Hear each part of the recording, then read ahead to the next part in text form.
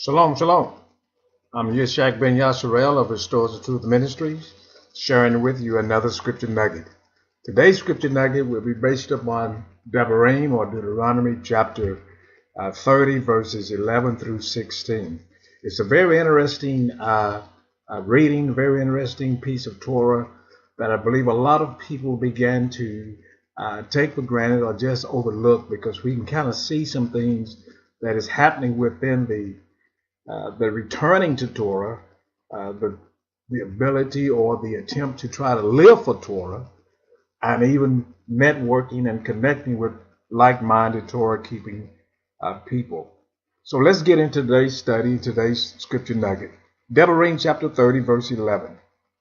It says this: "For this command which I am commanding you today," Moshe is speaking here, "it is not too hard for you, nor is it far off. It is not in the heavens." Now this translation says heavens, but we try to use clean words here within our ministry. And a more appropriate word would be shamayim. It is not in the shamayims to say, "Who shall ascend into the shamayims for us and bring it to us and cause us to hear it so that we do it." I want you to remember that. "Nor is it beyond the sea to say, who shall go over the sea for us and bring it to us and cause us to hear it so that we do it. For the word is very near you, in your mouth and in your heart to do it. So I've set before you today life and good," or tov, "and death and evil. In that I am commanding you today to love Yahuah, your Elohim, to walk in his ways and to guard his commands and his laws and his right rulings, and you shall live and increase, and Yahuah your Elohim shall bless you," or barak you in the land which you go to possess. Now let's go back and let's examine this and break this down, because again, within the Torah keeping community, what we see is a lot of things that perhaps is taken away from Torah, that many people are doing unconsciously. And so we want to share a Scripture nugget to kind of bring everyone back in line, or to bring those who are doing these things back in line to what Torah is really saying. Now, let's begin at verse 11. There's two things that Moshe says here that I believe we need to re-examine. Number one, in verse 11, he says, "It is not too hard for you." And that's what you have to keep in mind about Torah. It is not hard. It is not hard at all. The second thing he says is, it is not far off. It is not something that you have to leap at or aspire to achieve. It is not far off. And by saying that, Moshe is really addressing two things. Number one, he's addressing legalism, and he is addressing ceremonialism. Now, by addressing these things, these two things, by saying it is not too hard and it's not far off, what he's doing as he's addressing legalism and ceremonialism, what he's doing, he's taking the equation or the achievement of works out of the equation. He's taking the achievement of works out of the equation. And what he's doing is he's trying to lead up to bringing the acceptance of Torah in our hearts and our ruach, as it is intended to do, enabling us to perform the instructions of Yahuah effortlessly. Effortlessly. Now keep in mind, when you become religious, or there's a difference between religion, or rather religious versus legalism. Okay, there's an overboard of acts. There's an overboard of behavior, and when that happens, then the belief of Torah, the walking out of Torah, is no longer met. But I get a high, if I will, if I can say that, or if I get a particular simcha or joy out of just a ceremonialism. And many are confusing legalism and ceremonialism with a divine, if I can use that word, manifestation by the Ruach. Now let's continue to look at this. Look what he says in verse 14, 15, and 16. For the word is very near you, in your mouth and in your heart, to do it. See, I have set before you today life and good, and death and evil. And then in verse 16, let's look at this. He says three powerful things. Number one, he says, in that I'm commanding you today to, first of all, love your Elohim. Now, if someone say that they are a Talmudim, if someone says that they are a follower, that they're in Torah now, one of the first things that you're called into is a love for Yahuah. I love Yahuah more than anything. That's the mentality, that's the mindset that one should have, to love Yahuah. Then he says, walk in his ways. And thirdly, he says to shamar, or guard his commands. In a nutshell, this is to keep in regards to observe and to preserve the way, the commands, the right rulings of Yahuah.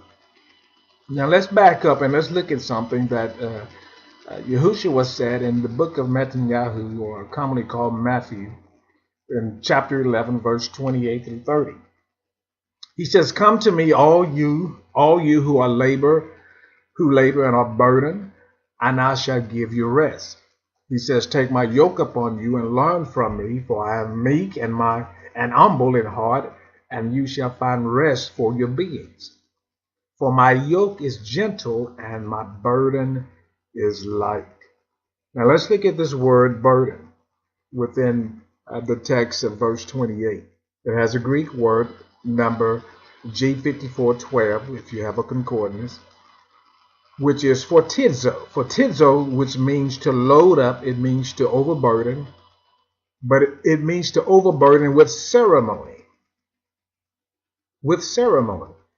And what this relates to is achieving the intent of Torah, which is to be in our heart, to be in our life, but we're trying to do it through ceremony. And that's why many people began to wear the tzitzits, the shawl, and different things, because through ceremony they believe they achieve this. I wear those things, but those things does not bring me to a place of being so attached, legalistic or ceremonialistic, to the point to where it's not in my heart. It has to be in my heart so that I can do it. I can do it if it's in my heart. But let's look at this. So it's basically, it relates to toiling or trying to meet the religious keeping and the obligations of Torah.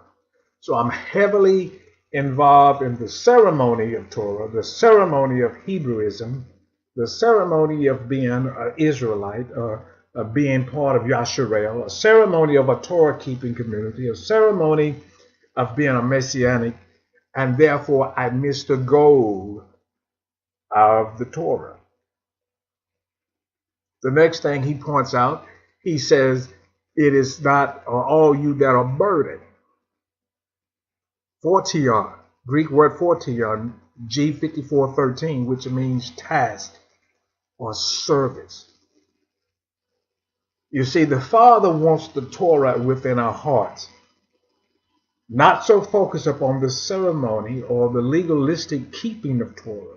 And what we see is that as people coming out of Christianity, and as people who never knew any other way but Christianity, or they coming from another religious source or religious background into Torah, they're so fascinated with the ceremony, the Shabbat, the feast, the attire, that they miss the goal of the Torah. Now let's look at Jeremiah chapter 6, verse 16. Jeremiah chapter 6, verse 16. Thus said Yahuah, stand in the ways and see, and ask for the old paths, where the good way is, and walk in it, and find rest for yourselves. The word paths is the Hebrew at number 5410, which is Nehibah, which is which means to tramp or a beaten track. There's already a path. He has showed thee, O man, what is good. And what does he require of thee?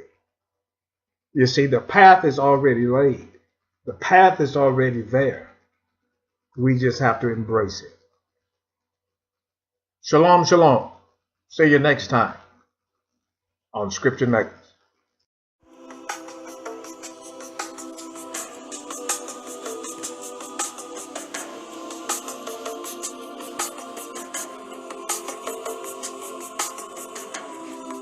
Sovereign one, ancient of days,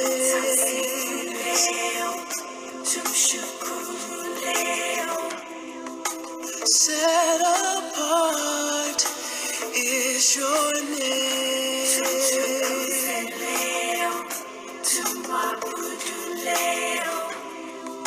and humbly I seek your face.